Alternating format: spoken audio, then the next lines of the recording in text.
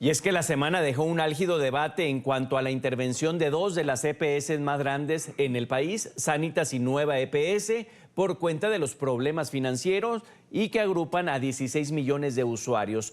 Por otra parte, recordemos que Compensar, con casi 3 millones de afiliados, solicitó voluntariamente a la Superintendencia de Salud su liquidación. Vamos a avanzar. Es un gusto saludar al doctor Ramón Abel Castaño, médico de la Universidad Corporación para Estudios de la Salud, CES. Es máster en Gestión y Política en Salud de la Escuela Salud Pública de Harvard, además consultor de sistemas de salud. Señor Castaño, bienvenido. Muy buenas tardes, un saludo para todos y muchas gracias por la invitación y por el espacio. ¿Qué consecuencias trae a los colombianos, a los pacientes, lo que ha pasado esta semana en el sector salud? Mire, las consecuencias en el corto plazo puede que no se noten y las EPS intervenidas siguen prestando los servicios porque traen una inercia más o menos predecible. Sin embargo, muy posiblemente en unos meses se va a empezar a notar la diferencia en cuanto a que estas organizaciones están en este momento rodeadas de una enorme incertidumbre. Todos sus equipos humanos están llenos de incertidumbre y yo diría que con la moral baja, ¿sí? Porque pues cuando una organización pierde su líder, pierde su junta directiva, en cualquier visión estratégica, cualquier enfrentamiento de dificultades y de momentos difíciles, se vuelve una situación completamente diferente cuando en vez de ese líder, esa junta directiva, hay otro líder que además fue impuesto desde afuera. ¿Sí? Es un tema simple, sencillo de liderazgo.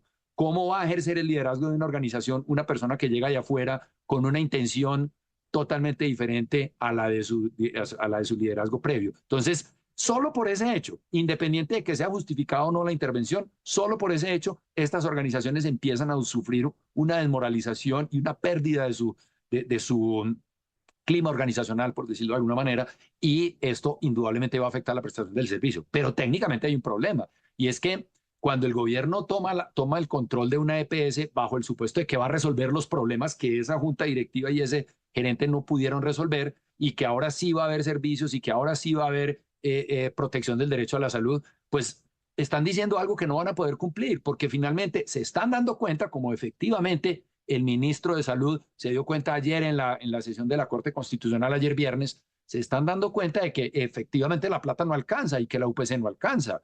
El mismo Aldo Cadena se lo dijo al ministro en la rueda de prensa del 13 de marzo que dio siendo presidente de la nueva EPS, le dijo, la UPC no alcanza. Entonces ya se están dando cuenta de que la UPC no alcanza. Entonces, si yo tengo una EPS en problemas porque no le alcanza la plata, llega una intervención del gobierno que tiene unos impactos negativos en la organización y fuera de eso no va a poder resolver el problema que supuestamente quería resolver, pues lo único que yo puedo predecir es que la situación se va a empeorar.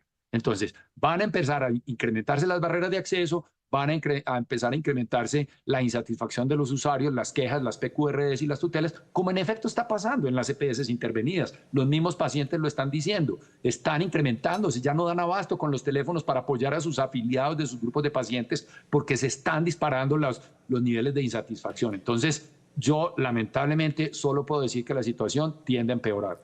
Y justo, ¿el Estado está en capacidad económica de responder, de atender a toda esta población?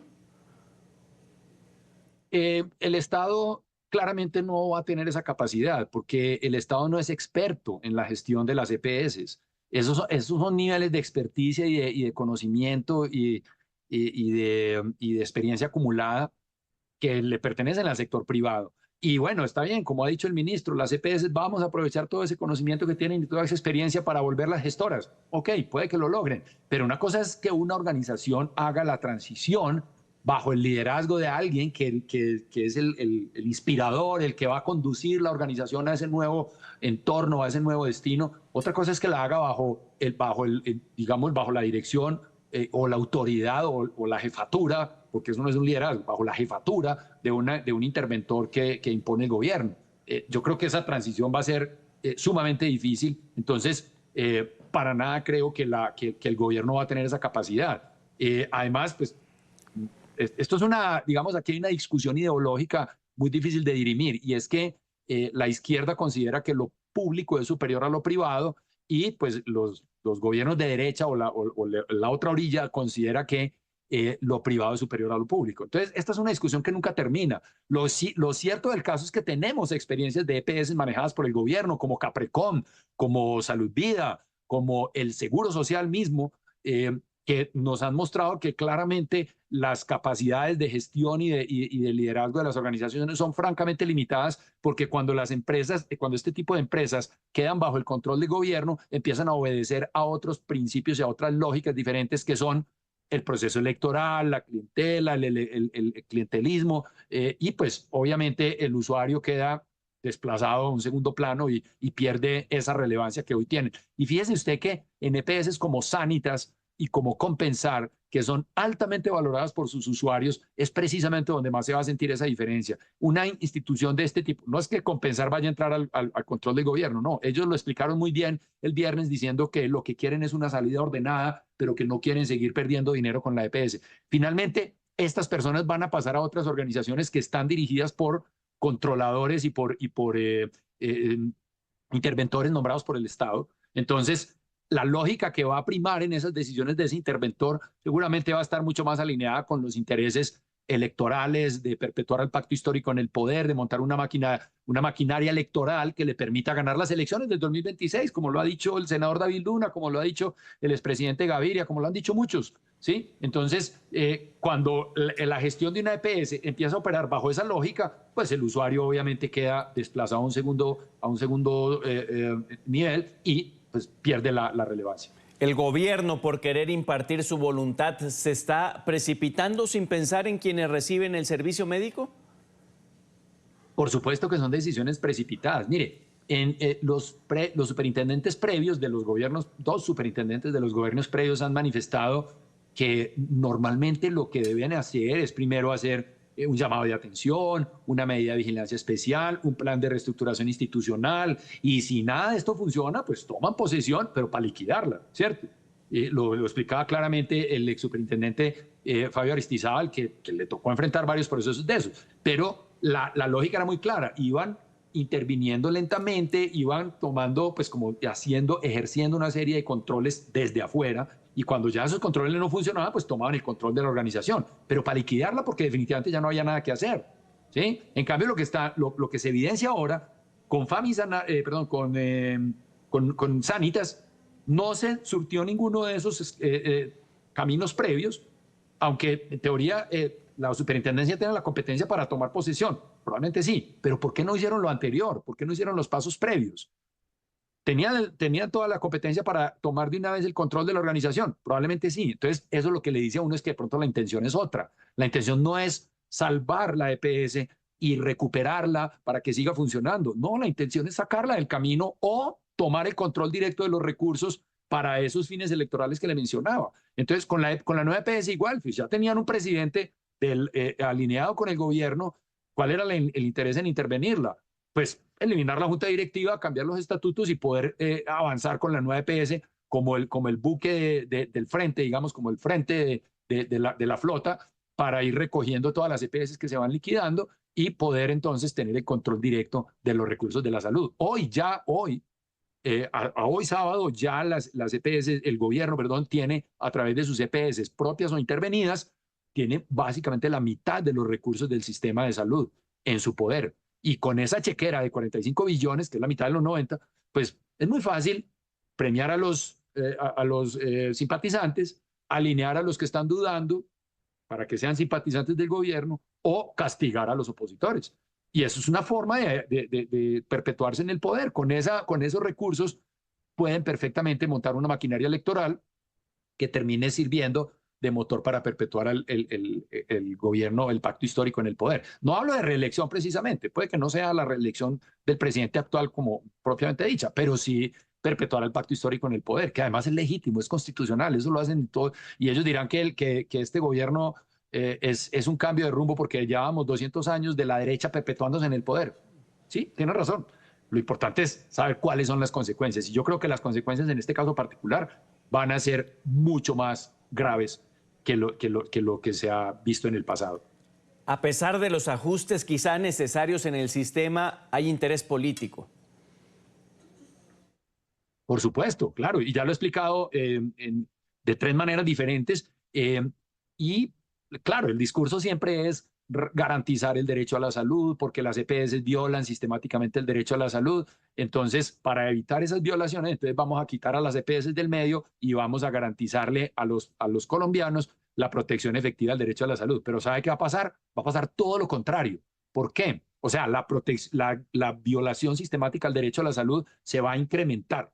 ¿Por qué? Porque al eliminar las EPS se elimina un factor muy importante que hay en todos los sistemas de salud, que se llama el que controla la plata. Puede que en otros sistemas no haya EPS, eso es cierto, pues, pero tienen otros nombres. Pero siempre hay alguien que está controlando la plata, un policía malo, como podríamos decir, un policía que hace la tarea harta de controlar la plata y de decir, a usted no lo vamos a operar ya, sino dentro de 6 meses, o usted no le vamos a dar ese medicamento, sino o el doctor no puede hacer ese procedimiento porque no lo autorizamos. Eso existe en todos los sistemas de salud del mundo. Puede que no se llamen EPS. Entonces, en Colombia, esa función ingrata la hacen las EPS.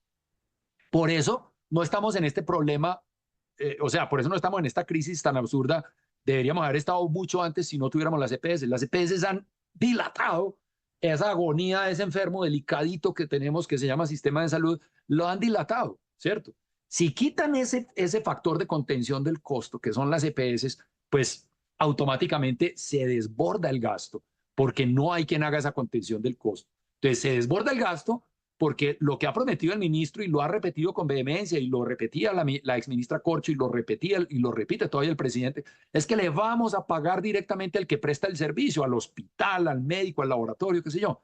Sí, eso está muy bien, como intención es bonito y suena bien, pero eso lo que va a llevar es a un desbordamiento del gasto, que después el propio gobierno va a decir, mucho antes de octubre o de septiembre o de agosto, Dios no lo quiera que en junio, va a tener que decir, se me acabó la plata, ya no tengo con qué pagar.